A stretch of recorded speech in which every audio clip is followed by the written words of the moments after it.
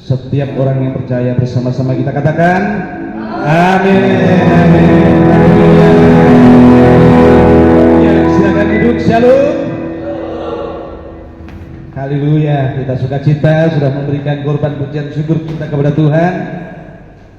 Tiba saatnya untuk kita akan belajar firman Tuhan. Kita buka kitab kita Lukas pasal yang kedua. Dalam momen Natal ini, untuk ibadah Natal masih minggu depan, tapi momen Natal selama Desember menjadi sukacita damai bagi kita semua. Lukas pasal 2 ayat pertama sampai dengan yang ketujuh. Untuk menghormati firman Tuhan, sekali lagi saya undang kita bangkit berdiri. Kita akan baca perikop ini, kelahiran Yesus, ayat pertama sampai 7. Saya bacakan ayat yang ganjil. Segenap rekan-rekan semua umat Tuhan baca ayat yang genap. Dan ayat yang ketujuh kita baca secara bersama-sama. Ayat pertama, demikian firman Tuhan. Pada waktu itu Kaisar Agustus mengeluarkan suatu perintah, menyuruh mendaftarkan semua orang di seluruh dunia.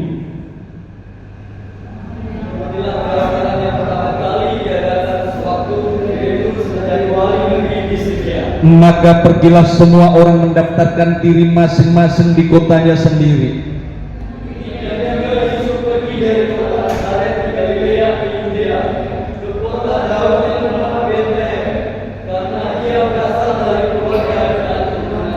Supaya didaftarkan bersama-sama dengan Maria tunangannya yang sedang mengandung.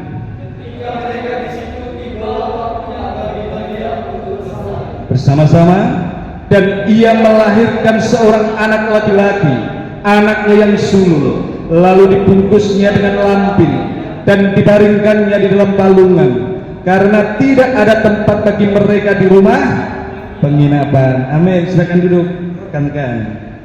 Ya, Natal menjadi berita sukacita bagi kita orang Kristen. Di dalam Natal kita menyambut Yesus yang 2000 tahun yang lalu sudah hadir, ya, menjadi juru selamat dan penebus kita. Dan saat ini melalui momen Natal ini saya berikan tema menyambut Yesus. Dalam perikop yang kita baca, ayat yang ketujuh, di sana dikatakan, dan ia melahirkan seorang anak laki-laki, anaknya yang sulung, lalu dibungkusnya dengan lampin dan dibaringkannya di dalam palungan. Yesus hadir, lahir, ditaruh di dalam palungan. Ironis, ya. Raja segala raja hadir lahir dalam palungan. Bethlehem yang notabene sudah dinubuatkan jauh menjadi tempat kelahiran raja semesta, tapi dibiarkan Yesus lahir di palungan. Nah, ini ironis sekali. Nah, hari ini kita melihat, kita belajar dari kehidupan Maria dan Yusuf, di mana mereka menyambut Yesus dengan baik. Maria berkata pada saat jumpa malaikat, Maria berkata, jadilah padaku karena aku hanya hamba, katanya begitu, ya. Jadilah padaku sebagaimana difirmankan, aku hanya hamba, itu kata Maria. Yusuf yang sebelumnya bingung, berniat untuk menceraikan Maria, tapi akhirnya karena dalam mimpi Tuhan bicara, Yusuf akhirnya merubah keputusannya dan berketetapan untuk bersama-sama Maria, ya, sampai Yesus lahir, sampai seterusnya. Ini sesuatu yang luar biasa. Yusuf dan Maria menyambut begitu luar biasa. Cuma masalahnya menyambut Yesus tidak otomatis menjadi sebuah kebahagiaan, tidak otomatis berada seperti di surga, Bapak Ibu yang sekali, Bapak Ibu yang dikasih Tuhan sekalian. Enggak otomatis serasa surga. Itu yang dialami Maria dan Yusuf. Mereka tentu, oh bagaimana nanti jumpa dengan Elizabeth, Zakaria, bagaimana menghadapi masyarakat yang ada di Yudea, bagaimana nanti dan sebagainya. Itu masih hal yang kecil. Tapi menyambut Yesus tidak otomatis tinggal di surga, Bapak Ibu. Ini yang fakta yang harus kita pahami. Nah, belajar dari perikop ini, Yusuf dan Maria menyambut Yesus tidak langsung happy kehidupannya. Kenapa demikian?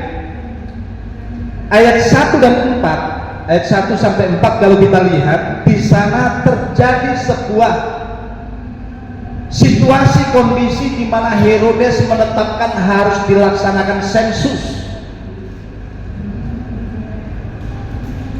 Sikonnya nggak baik, di mana mereka harus kembali ke daerah asal, yaitu Nazaret. Perjalanan yang jauh, ya, dari Nazaret ke Bethlehem yang ada itu perjalanan yang sangat jauh.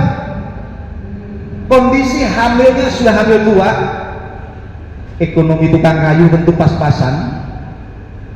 Melewati pegunungan Yehuda, itu pegunungan sekitar 1.300 sekian di atas permukaan laut.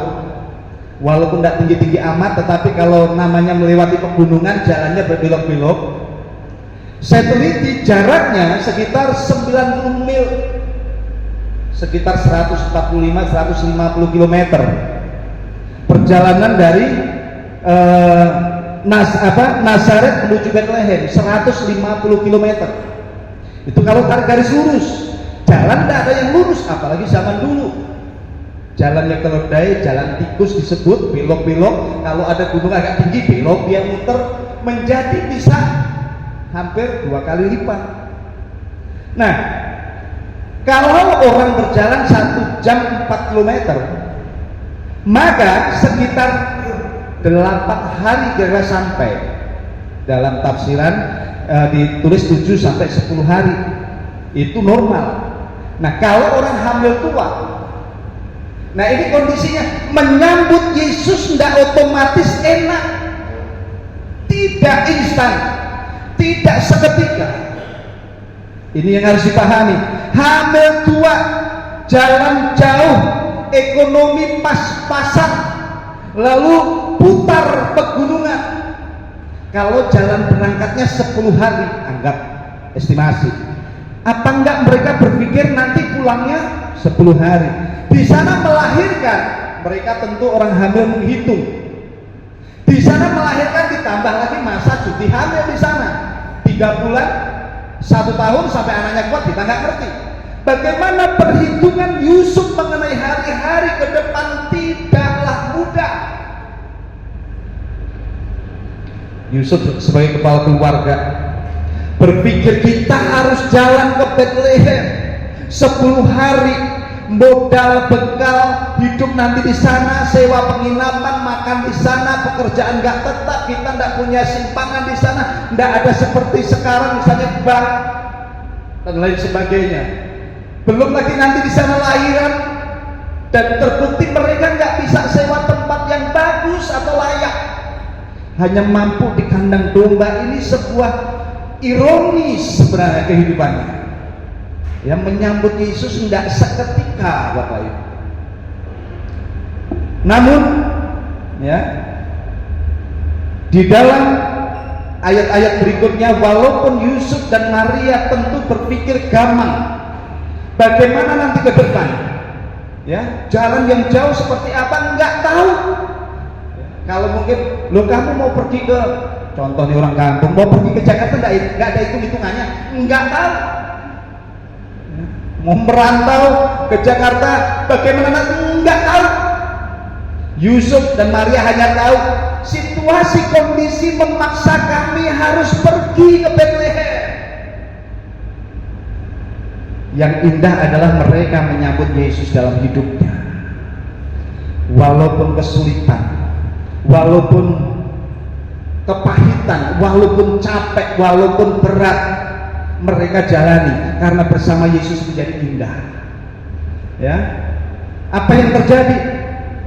Kita melihat dalam kondisi, katakan ya, duitnya pas-pasan, walaupun dapatnya itu kandang domba, yang bisa mampunya, rupa-rupanya itu menggenapi firman Tuhan. Nah, ini yang menarik.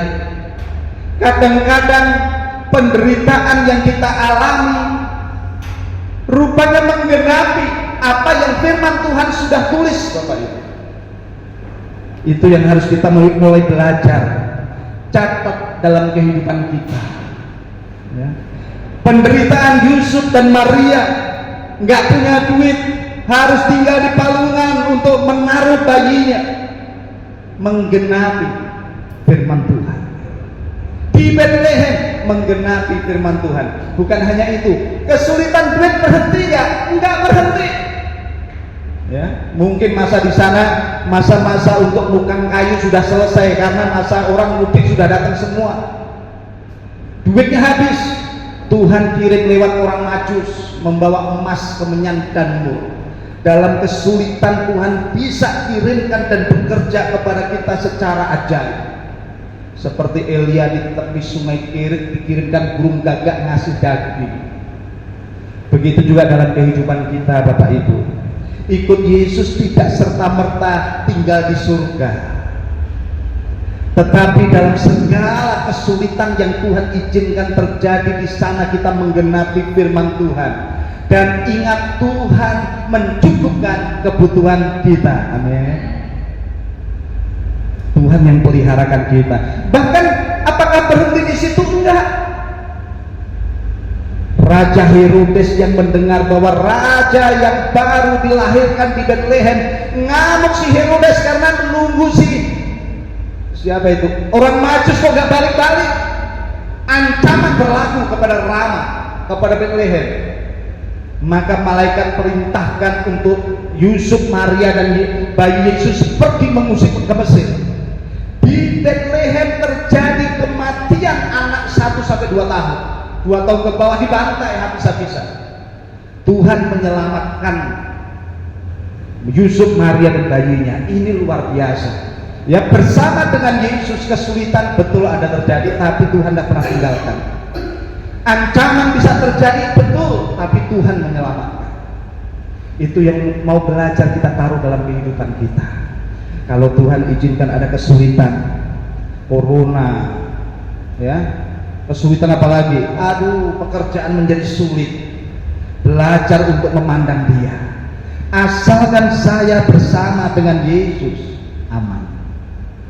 Bilang ke kiri kanan, harus bersama dengan Yesus, ya. Harus kehidupan kita bersama-sama dengan Yesus. Nah, lalu berikutnya ayat yang ke-7 kita perhatikan. Di sana dikatakan, dan ia melahirkan seorang anak laki-laki, anaknya yang sulung, lalu dibungkusnya dengan lampin dan dibaringkannya di dalam palungan karena tidak ada tempat bagi mereka di rumah penginapan.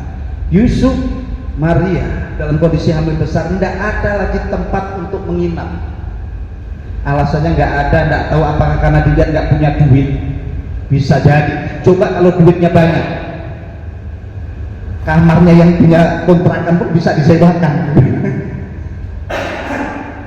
Kamarnya yang punya villa pun bisa. Oh, nggak apa-apa, Bu, ini ada tempat yang masih bagus.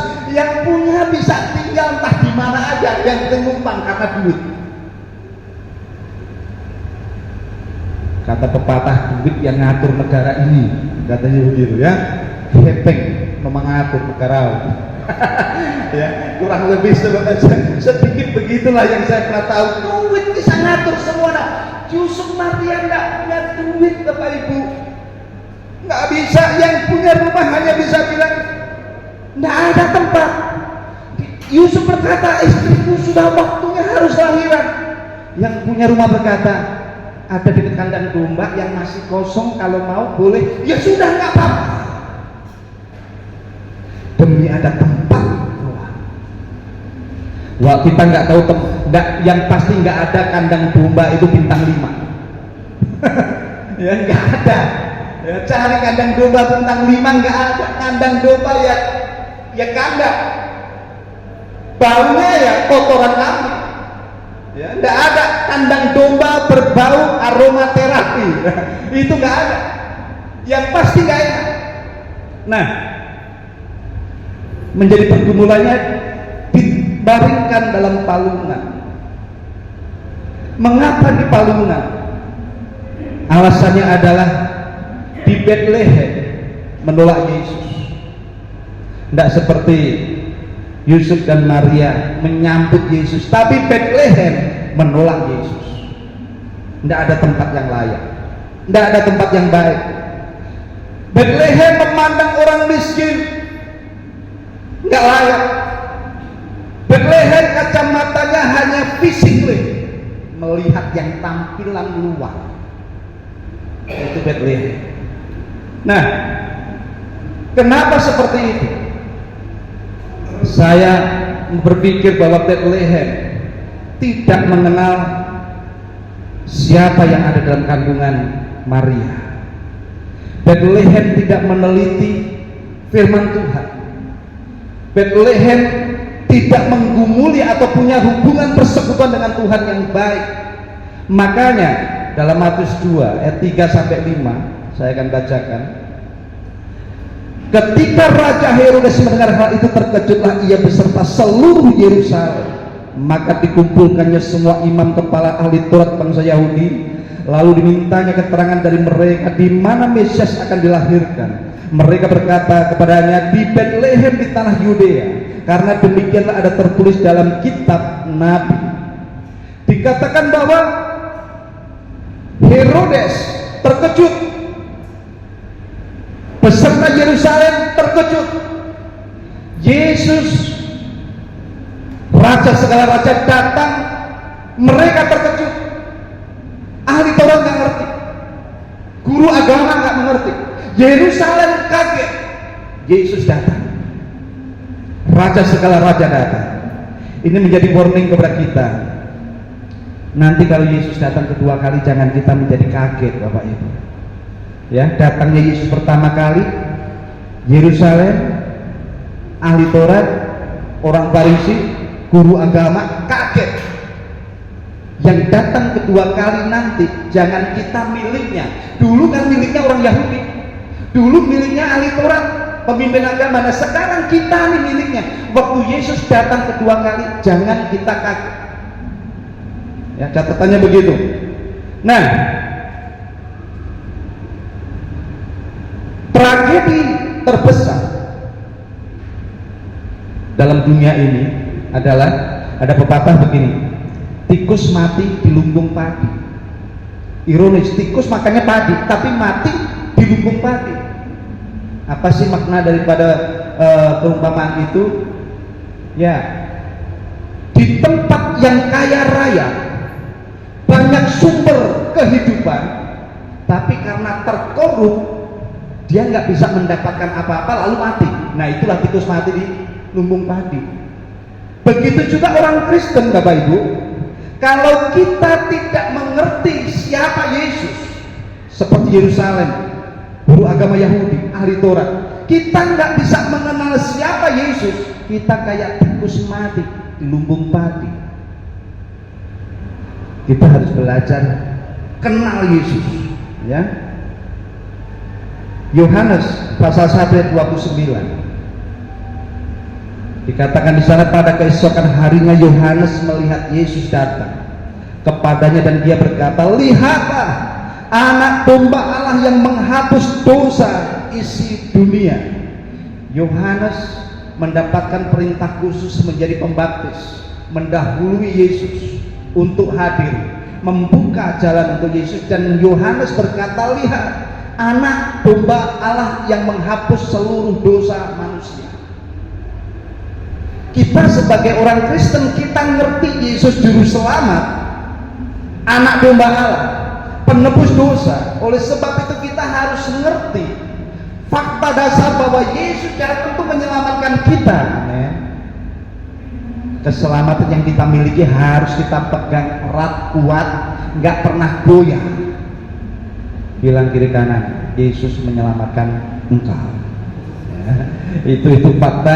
Sampai kapanpun, sampai Yesus datang, iman itu tetap bicara kepada kita bahwa kita diselamatkan Yesus dan nggak boleh ragu, nggak boleh bimbang. Jangan menjadi tikus mati di lumbung padi. Kita punya juru selamat, tetapi keselamatan itu sendiri hilang. Nggak boleh itu terjadi. Oleh sebab itu setiap hari kerjakan keselamatanmu, perkatakan iman ya dalam kehidupan kita, perkatakan perkataan iman.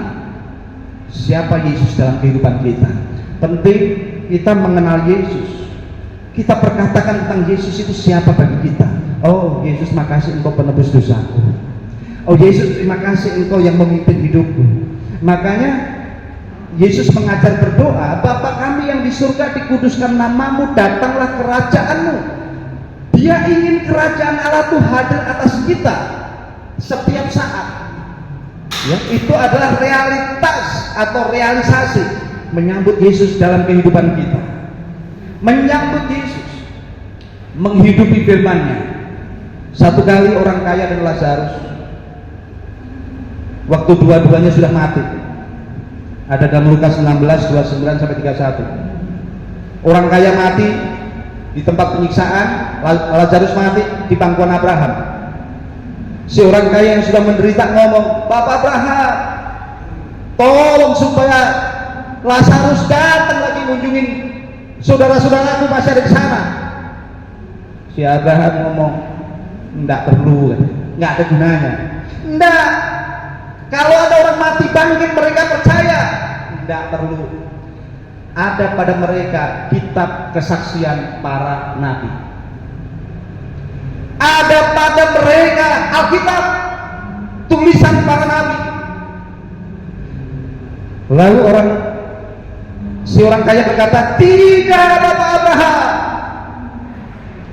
Itu adalah tersirat bahwa dia menolak keselamatan, bahwa dia menolak perkataan para nabi. Nah oleh sebab itu dalam kehidupan kita harus belajar berkata iya kepada firman Tuhan, harus tahu firman Tuhan atau kebenaran ya, harus tahu Yesus itu siapa bagi kita. Itu yang terus menerus kita hidupi setiap hari, setiap saat ya. Perbuatan kita mengikuti atau berproses, tapi iman kita harus mencapai Bapak Ibu. Nah ini penting, iman kita mencapai kepada kebenaran, perbuatan kita berproses mengikuti. Jangan sampai begitu perbuatan kita dalam kehidupan kita kadang-kadang masih goyang, iman kita juga goyang. Jangan. Iman kita kuat kepada keselamatan, iman kita kuat kepada janji Tuhan, perbuatan hidup kita terus berproses dengan Tuhan. Nah ini penting ya. Nah Yudea hanya tersedia palungan. Di Yudea sudah penuh, nggak ada tempat lagi buat Yesus. Sudah penuh. Penuh apa kira-kira? Ya, saya menemukan kira-kira ya Yudea penuh dengan tamu-tamu asing. Orang yang pada kembali semua yang tadinya orang dari antah berantah. Tamu-tamu asing berdatangan sehingga penuh. Tidak ada lagi tempat. Bethlehem adalah hidup kita, tapi kehidupan kita juga bisa menjadi penuh, tidak ada tempat lagi untuk Yesus. Oleh sebab itu tamu-tamu asing yang ada dalam hidup kita harus kita eliminir, kita waspadai, kita cross check. Sekarang zaman sibuk yang luar biasa, sekarang zaman gadget luar biasa, urusan menjadi banyak, bisnis menjadi sesuatu hal yang luar biasa.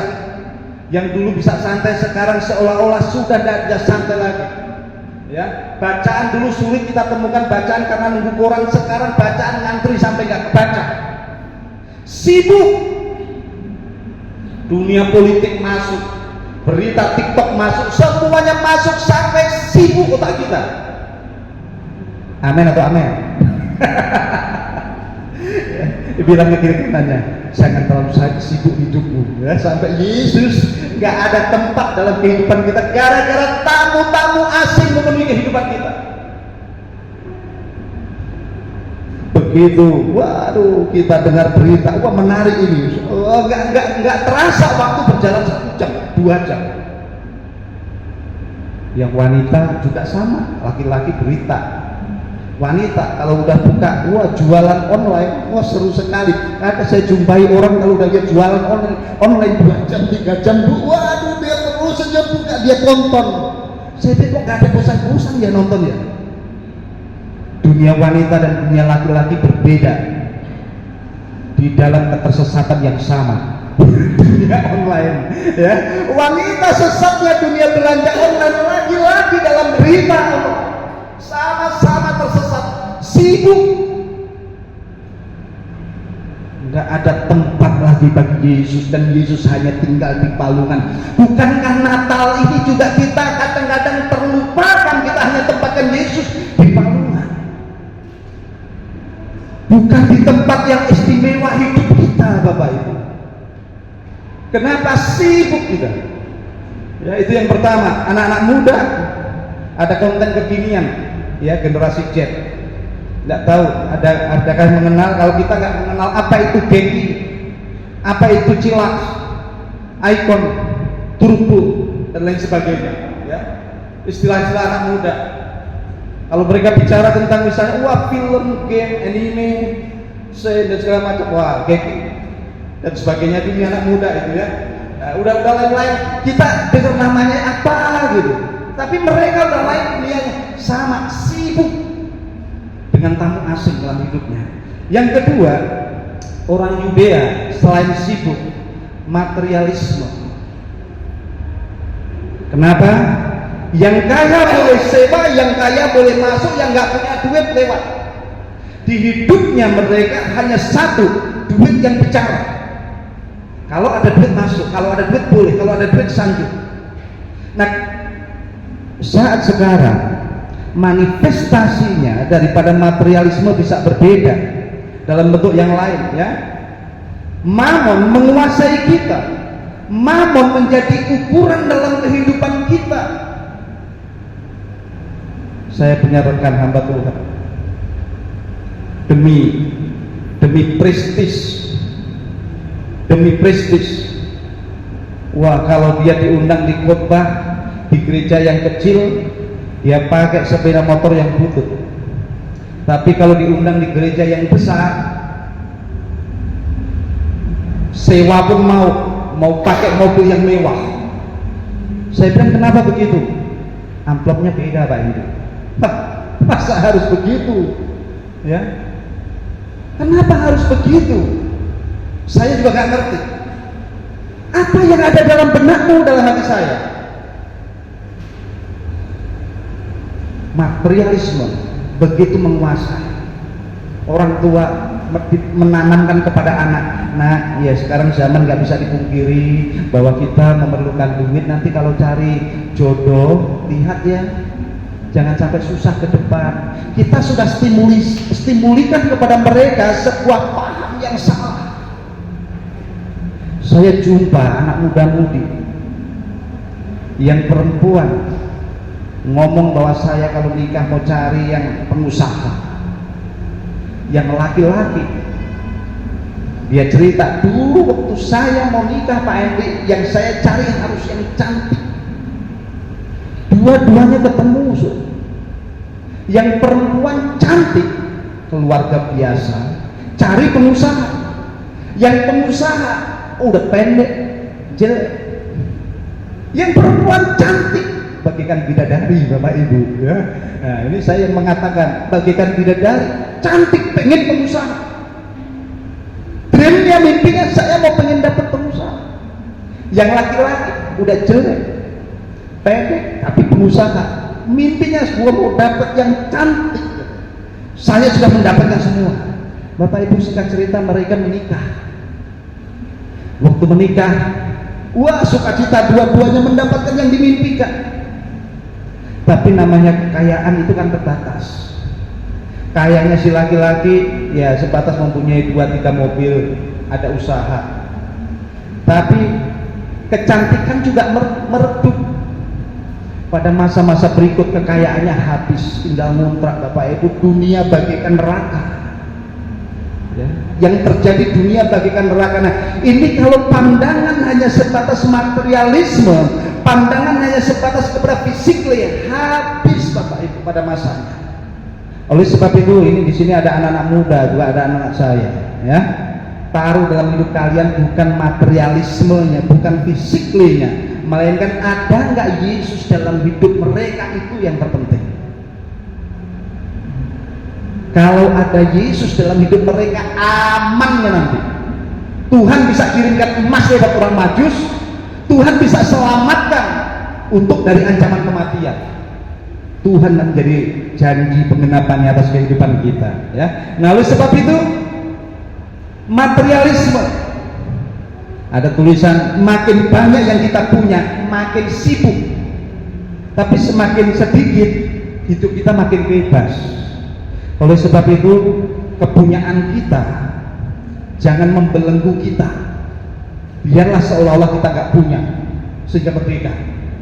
Tapi kalau kita diberkati Tuhan dan itu mengikat kita, saudara, kita terpikat, kita tertipu oleh materialisme. Bahagia itu bukan seberapa banyak yang kita punya, tapi seberapa banyak yang kita nikmati. Saya 2 minggu yang lalu saya baca tulisan catatan seorang artis, tapi juga seorang model, lalu apalagi begitu dia bilang dalam kondisi sakitnya, Bapak Ibu, saya pesawat jet punya, mobil mewah punya, rumah mewah punya, rekening bank banyak, tapi semua nggak bisa aku nikmati, katanya. Ya, namanya saya lupa. Saya kebakar di gereja. Kenapa? Cancer sudah menggerogoti. Nggak bisa lagi pergi nyalon, walaupun saya bisa sepanjang hari berapa 24 jam terus di salon bisa, tapi nggak bisa lagi. Dulu hidup saya materialistik.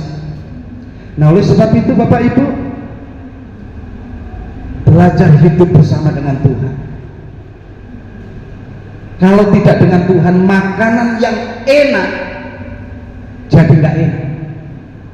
Tapi kalau bersama dengan Tuhan, makanan yang sebenarnya nggak enak, kita bisa katakan ini enak sekali, ya. Tapi kalau nggak dengan Tuhan, bosan, nggak enak, ini apa, semuanya nggak enak. Bersama dengan Tuhan, belajar puasa juga, kan begitu ya. Kondisi perut lapar, wah, orang sebelah goreng ikan asin, kita yang tersiksa. Apalagi ini enak sekali, cuma ikan asin doang. Kenapa? Kita dekat dengan Tuhan habis puasa, semuanya enak, ya. Nah, penting. Oleh sebab itu harus ada space kosong dalam kehidupan kita. Jangan sampai tamu asing menguasai kita, jangan sampai materialistik mengendalikan kita. Harus ada space kosong dalam hidup kita, di mana di sana Yesus hadir memerintah atas hidup kita. Yesus bertahta atas kehidupan kita. Biarlah iman kita mencapai kebenaran, memegang kebenaran, dan perbuatan kita berproses mengalami kesempurnaan.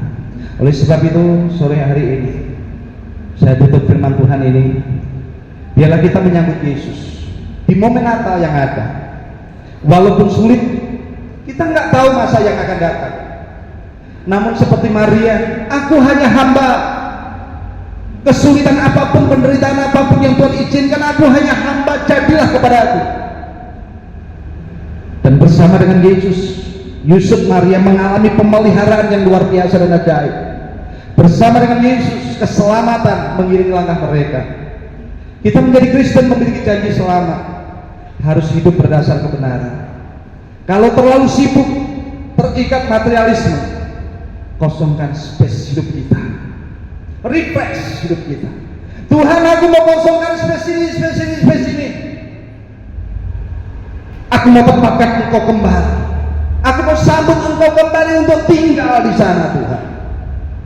Aku gak izinkan seperti tikus mati di ladang gandum, di gudang gandum. Aku gak izinkan, Tuhan. Janjimu gerokoti oleh yang lain. Janjimu tidak ada tempat dalam kehidupanku. Kosongkan space dalam hidup kita untuk Yesus hadir bertahta atas kehidupan kita, bertahta atas kehidupan, sehingga imanmu mencapai kebenaran dan perbuatan kita berproses dalam kesempurnaan bagi Tuhan. Amin. Kita tundukkan kepala kita.